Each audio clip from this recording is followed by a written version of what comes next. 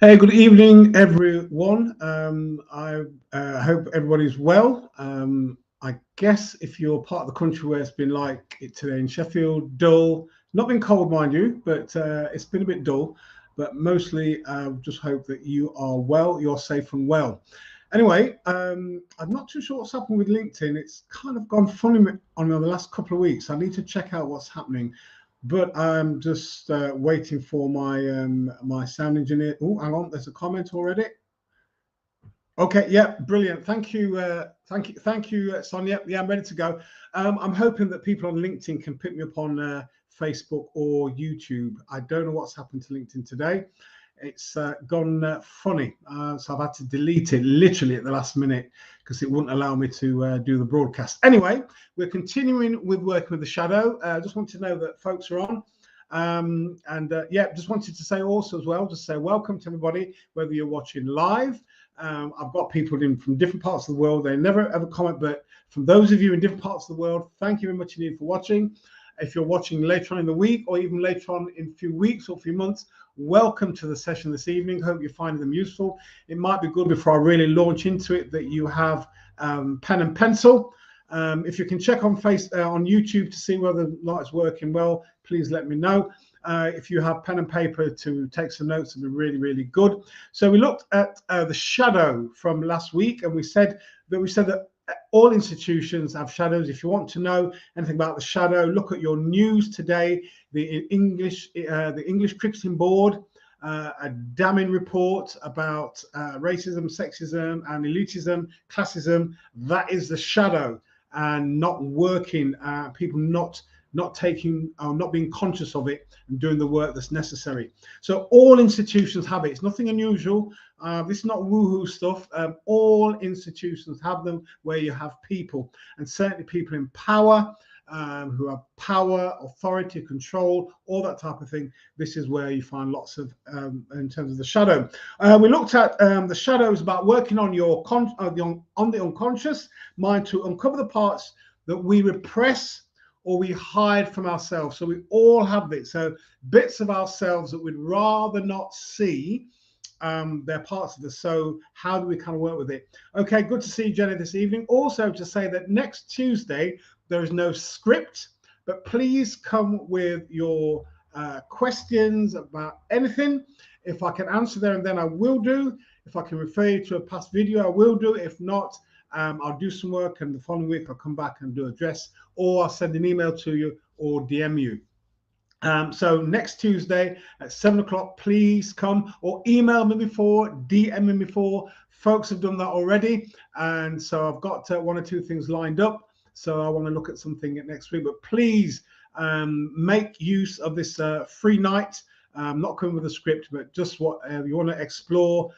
Send the question to me either beforehand, that'd be great, so at least I can look at it a bit, or if not, on the night, really, really good. So welcome, my name is Delroy Hall. For those of you maybe here for the first time, this is not a substitute for going to see your GP or a psychologist or a counselor or a therapist, but it's just giving us some hints and tips what we can do to manage ourselves in a way that's really helpful. So we looked at the shadow last week. So what Oh, right. Yeah, that's happened a couple of times now. I've tried to sort out the. I've done everything that the troubleshooter book says for my internet access. So I need to get them in to see what's kind of going on. So I'm using a piece of work by a woman called Katera Beres. How to do shadow work. Obviously, I'm using some of her ideas, but I'll be putting my own in as well. If I use anybody's work, I always reference them. If not, as called robbery. And I'm not a thief. So anybody's ideas, I will use. I'll say, this is the resource, this is what I'm using, and it's certainly recorded. So I'll know that I won't be done for plagiarism. Okay, so some of the things that she wants to ponder. So in terms of the shadow work, let me ask you a question. When something happens and you've responded, have you ever thought to yourself, why on earth did I say that? Or why did I react that way? That is the shadow. And those questions are really, really important. Or you might have done something out of character. You might say, gosh, why did I? this is not me. Why did I do what I did? And you're absolutely baffled as to what happened. Listen, I've been there. I'm sure some of us have been there as well. The thing is as well that what we do quite often, then we go on to the next thing. We don't kind of ponder on it, or we might be a bit embarrassed, or might be a bit ashamed, or feel uncomfortable. And what we do then, we go on to the next thing because we don't like the feelings. We want to get rid of the feelings as quickly as possible. But those uncomfortable emotions and that behavior, that trigger, is really important. And part of the thing we need to do, as we'll be looking at later, what we need to do to begin probing that to find out what's going on. So you can do shadow work on your own, but you can do shadow work with a therapist. There are some therapists, they deal specifically with shadow work. So if you want to deal with some difficult, some unpleasant aspects of yourself, you know they're unpleasant. And how do you know that? There's some stuff getting in the way of relationships and how you treat yourself and other people. So there's some counselors, they work specifically with people's shadow. So the work is very focused, it's very poignant, and and a lot can come out of it. So we do the shadow work by questioning and reflecting on our past and present mistakes. So when something happens, it's a clue, it's an invitation, as I always say, for exploration and discovery, for inquiry, to find out what's going on. And please, if you want me to elaborate or ask a question or put something in post, please do. More than happy to share with you this evening. So part of the thing is that when we kind of catch ourselves, is to identify, that's one, to acknowledge and to understand, that's three, but also to forgive ourselves of those darkness and insecurities. So we might have done this for years and we just do it, but then now we're becoming more conscious of it.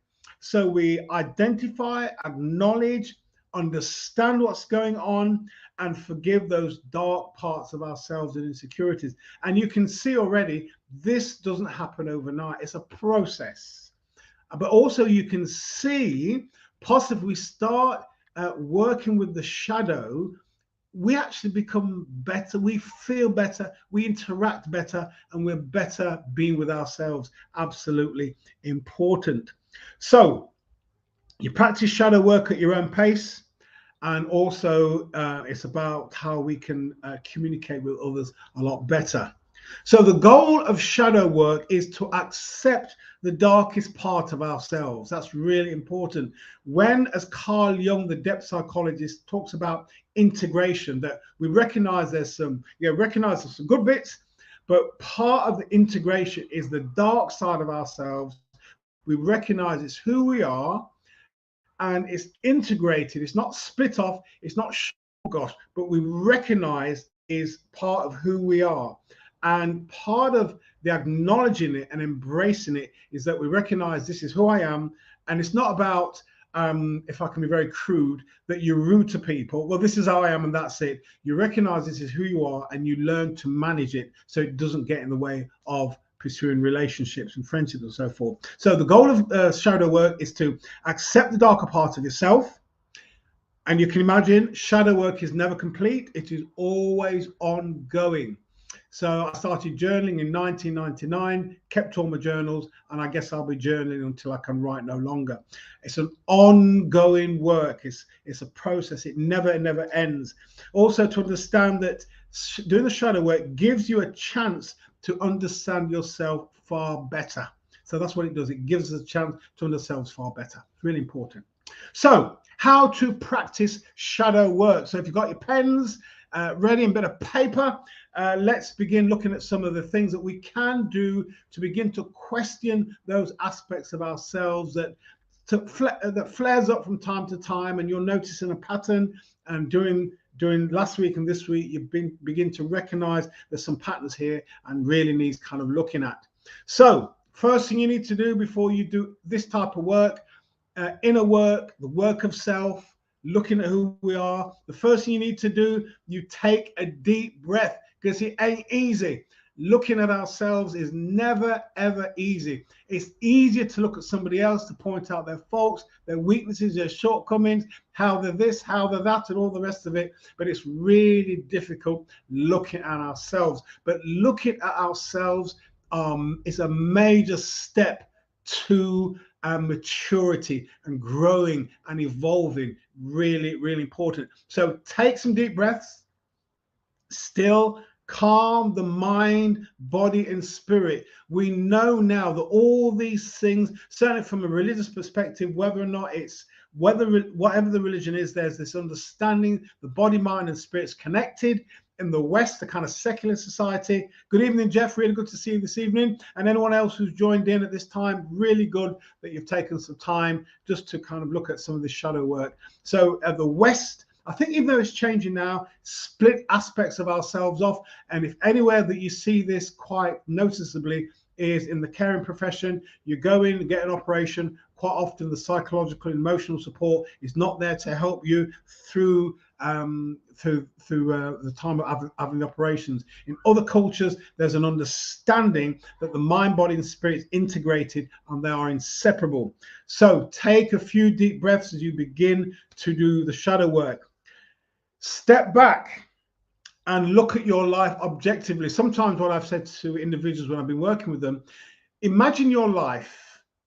But what I want you to do now, I want you to step outside of your life and as though you're at the pictures, you're watching your life and you're sitting in the seat and you're watching your life, or you're standing on the sidelines watching your life. Or I ask people about writing their lives, or I was working with somebody quite some time ago, and real difficult time has gone through, in fact, for pretty much of his life, and it's just beginning to do some work to come out of it.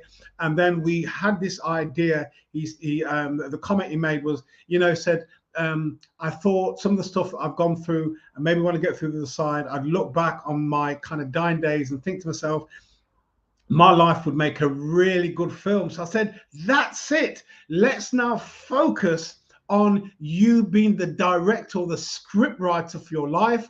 The past you had no control over, none whatsoever, but you do have the present and the future. How would you write the film? You don't have to be the main character, you're the director. So who would be the main character? Who would be in the film? So what you're doing, you're helping people to move out of this kind of dark space, this difficulty, and begin to look at their life differently. Very, very powerful way of helping people to heal. So you step back, you look at your life objectively as a bystander to your own life. And this is, in this position, as you step back, you're taking a breath, you step back, you're looking objectively. What are some of the patterns we are seeing in our lives? There's some good patterns, but we recognize we're doing shadow work today. So some aspects of the shadow work is getting in the way of our work relationships, relationship, our home, families, and so forth. What are some of the patterns that you see that are getting in the way and causing you to act in certain ways, in scenarios and incidences? Really important for that stepping back and looking. And remember, it's not about beating yourself up. It's actually trying to understand yourself better. I'll say a bit more about that if we have the time today. So you start to ask yourself some questions. Something happens and you react in a particular way. You need to ask, why did that get to me the way that it did? It's a really important question to ask it and then start to probe it. Why did that get to me the way that it did? Or what triggered that behavior? Those questions are really important when we start to grapple with the shadow. And to start off with, we might not even know, but if we stay with it long enough, things start to emerge, and then we'll start seeing themes and just little insights as what some of the triggers might be. So what we do for that, meditating is really good for this. When we're still and silent, things can pop up. Journaling at the end of the day can help us to reflect and process our thoughts. There's a few more I'd say, but I'm going to say that a little bit later. So this whole thing about meditating, journaling, slowing down, really important. Here's a question. Okay, question. Standards and what is socially acceptable changes every day. In shadow work, are we to set our own bar for what is acceptable, what needs to change? What if there's no moral compass? That's a very good question, actually. You're right about the terms of morality. it is changing. I think there's a level within us, almost at an intuitive level. We know. I actually think most of us, we know how to behave. We choose not to because most of us kind of go with the tide or we go with the current. But I think most of us, certainly when I've seen people in the counselling room, when people are not on their own, have space to talk through stuff, people kind of know how they should live. So I think it is about setting a bar for yourself. I remember talking to somebody where you said, what if there's no moral compass? And I remember talking to a guy, it wasn't a counselling situation. A guy told me that his parents never gave him any morals or any boundaries. And he said his parents told him, if you're going to steal, don't get caught.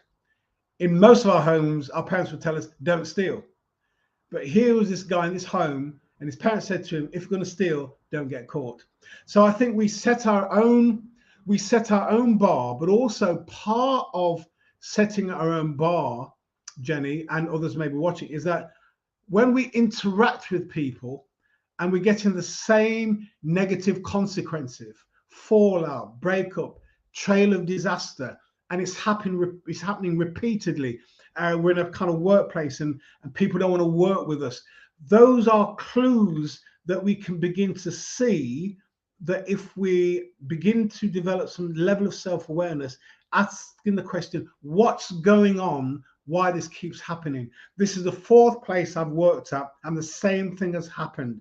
These are different people, but the same thing has happened again. At some point, somebody needs to be looking at themselves saying, look, I need to be looking at this. I need some help, and I need to look at and see what's taking place within. I hope that's helpful. Excellent question again. Please, anyone else who's on this evening, if you want to ask a question, please do. If you're on YouTube, please do. I don't think you can do anything on Twitter, but you can certainly contact me later on. So yeah, if that's okay, just let me know. If not, please come back to me. Also, for people that are religious, there's a prayer the prayer of examine, developed by Ignatius. He had his monks twice a day, just to look back over in the morning or in the evening. Oh, good evening, Pepper. Really good to see you this evening. Problems with LinkedIn. I don't know what it is, but I'll get it sorted out for next week. It just wouldn't let me show this evening, so I'm not too sure what's happening. But really good to see you. So we're looking at shadow work today, part 2. So the prayer of examine. There's lots of stuff online where you spend some time reflecting on the day, being thankful for the good things that have happened, and as you look back over the morning or the day, are there any overriding emotions that gets your attention as you're stilling yourself either for midday or the evening? And then it's about looking at that, asking what that's about, and then begin to pray about it. That's for people of a religious persuasion from the Christian tradition. Here is the biggie, number 3. In terms of doing shadow work, be honest with yourself. That, as you can imagine, absolutely essential, being honest with yourself. Don't blame anybody. Don't blame your parents. Don't blame your siblings. Don't blame your employer. Don't blame your work colleagues. What is it that's going on for me? What is it why am I being triggered in the way that I am, and what do I need to do? What's happening within me? So be honest with yourself. As somebody said, dare to pull back the curtain of those hidden areas of your life. Let me tell you, when you start doing shadow work, it takes some guts. It really does, because what we want to do, understandably, when things go wrong, we want to blame so-and-so, blame that, all the rest of it, but we need to stand sure-footed and say, right, what's going on for me? And dare we look, pull the curtain back in the dark areas of our lives and begin to look at what's taking place and to develop and so forth. I've written here, the truth can be hard to swallow, but it can set you free if you surrender to it. Here's a quote by Herman Hesse, or Herman S. Listen to this. If you hate someone, you hate something inside them that is a part of yourself. What is not a part of us does not disturb us. If you hate someone, you hate something in them that is a part of yourself. What is not a part of us does not disturb us. You know, sometimes give you an example, maybe people who've quit smoking, they can be terrible around people that are still smoking. They can be awful. So this whole thing around being critical of somebody, hating somebody, there's something about them that we hate. Quite often it's something within us that we hate, but we project it onto the other person. And part of the maturity is beginning to look at what's taking place in our own life and then doing something about it. So part of this working with the shadow, practicing shadow work, question our reactions if they're negative. Not so much the good stuff, we've responded well and so forth, but the negative stuff. Question the reaction. Take time to pause, to reflect, understand before we react. I don't know if you've ever been in this situation. I have. Something happens and you're about to give somebody a piece of your mind and you hold back. You're about to give it, they deserve it, you think, but you hold back. You feel like saying something rude, you feel like retaliating in kind, but you stop. You're going to judge somebody and you stop. That is really important. That's a sign of wanting to evolve and just manage ourselves far better. Here we go. Kelly, I snapped a meme this morning. It said, "What they hate in you is missing in them." Yeah, absolutely. Yeah, absolutely correct. You know, we said it, Phil, maybe just before you came, that when things go wrong, we're looking to blame other people. But actually, what we need to do oftentimes is to step back and say, what's going on? Now, I'm not talking about somebody with bad behavior and rude and abusive. I'm not talking about that. But sometimes people say things quite innocently, and we react to things. And quite often it's something that's happening inside us that's really important. So yeah, if you're about to say something, stop. About to make a derogatory comment to somebody, hold it. Don't say it. And then away from the scenario, then you ask the question, what was it that triggered me? Why was I going to make that disparaging comment to this individual? And I've written this stopping can help you reframe your thoughts, and it can stop you from hurting somebody. It really can. If we can stop, it can help us to reframe our thoughts and our actions, and may stop somebody being badly hurt by what we may say or not say. Really, really important. Now you may say, Delroy, look, there's lots of stuff. Whoa, wow, whoa, whoa. My gosh, right. Question. For those who are influenced by leaders who set the bar, sometimes the demands are almost burdens. Very true. And they may discover that they're trying to achieve something even the leaders can't achieve. Very true. When you find that out, it can be very difficult to get over. Realistic goals to develop and change may need input from others. Yeah, well, now it's interesting you say about leaders. I have a real, because I've spent so long in leadership, a lot of the stuff I see today is not leadership. People are in positions of leadership, but they're not leaders, they're managers. Or they're people in positions of leadership who are authoritarian, not a leader, bullies, not a leader, dictatorial, not a leader, burdensome, overbearing, not a leader. Leadership is about serving, doing new things, developing people. And if you don't see those things in somebody as a leader, they are not a leader. A leader would be conscious of the amount of work they're giving you, and they would be asking you, are you able to do this work? Leaders are people sensitive. There's some work that I'm doing. I'm not doing this, but somebody else does the module. Compassionate leadership is a separate module. All leadership should be compassionate. So that's why, for me, leadership is a real mammoth task.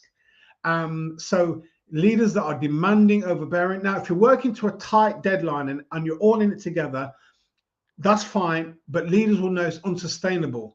There's somebody I know, he started a new job and he's taken less money because the management, the leadership are really concerned about the levels of stress their people are on, and they create spaces. Something I discovered, I think it was when I was doing something for the broadcast, in the NHS they have spaces, and the Leadership Academy they have up to an hour a day where teams can get together to pause. And I think the last bit is, I think it's me pause or self pause, where people can have 20 minutes a day away from the computer just to reflect on what they're doing. So your question, Jenny, is absolutely spot on. This whole thing about leadership, and you're right. If leaders are conscious, in my book, they ought to be. They would need to step back and look at what they're doing and have a major reassessment with themselves, but also with the individuals who are around in their team. And you're right. One of the issues, of course, with if you have a proclivity towards authority figures, you may then feel that you can't challenge them or ask them questions, so you just kind of go along with it. But a good leader will, hopefully over a period of time, create psychological space so their workforce is able to talk to them and they can hear criticism without backlash. But that takes a lot of work on leaders, and a lot of the leadership that I see today is not doing that at all. They're just in positions of leadership and they're not leaders whatsoever. I hope that helps. If not, please come back to me, Jenny. So you might say to me quite fairly, I'm going to finish on this. There's a few more bits and pieces, but I'm going to say just say a little bit to finish off. You may say, look, Delroy, this shadow work. Yeah, I get it. And since last week, a few things have happened. And when I start looking at my life, there's about 3 or 4 things. I just didn't realize, but this has really kind of caused me to become quite conscious of what you do. This is what I say to you. I'd encourage you to do. Of all the 3 or the 2 or the 4, whatever it is, and it could be that you've been looking at this even before I started this, but this has come at a real good time for you. Just choose one thing. One thing, maybe that area of the shadow, if you do the most work on it, it will have a major knock-on effect. One of the things I've learned in counseling, when people come in the first or the second session, I'll say, look, over the last 2 weeks, you've spoken about this. These are half a dozen things that you've mentioned. Which one do you want us to focus on? We don't have long. We have 5 sessions. We have 6 sessions. Which one do you want us to focus on? That if you focus on it and do the work that I set you in between sessions, if you do it, it's going to bring about a change in your life and your relationship and so forth. Just do the one, whether or not it's a month or 2 months or 6 months, and that one will have major knock-on effects on other areas of your life. So just choose the one, and quite often deeply focus on one area affects other areas of our lives. I'm going to finish here with a story. I might mention it next week, but something that happened a few years ago when I went to do a lecture at a university. I was asked to do a guest lecture. I can't remember what the subject was about now. One of the students said to me, Delroy, can I ask you a question? So I said, yeah. She said, when I go out with my friends, I get so drunk, I don't even recognize who I am. I've got no idea who I am when I get drunk. Now, she asked me this question while in the lecture. So I said to her, well, there's something we can do called paper dialogue. I'll talk about that next week. And so I said, then you know, obviously when you're not drunk, you then kind of step back and look what's going on. But she said it was really bad. And yeah, I remember leaving that with her. I said, that alcohol is not the problem, but you're using alcohol to mask something that's going on in your life, to deaden pain and all the rest of it. So that was that. She was okay with the response. So then I said to the senior lecturer, I said, look, I'd really glad to get some feedback. Once the lecture's done.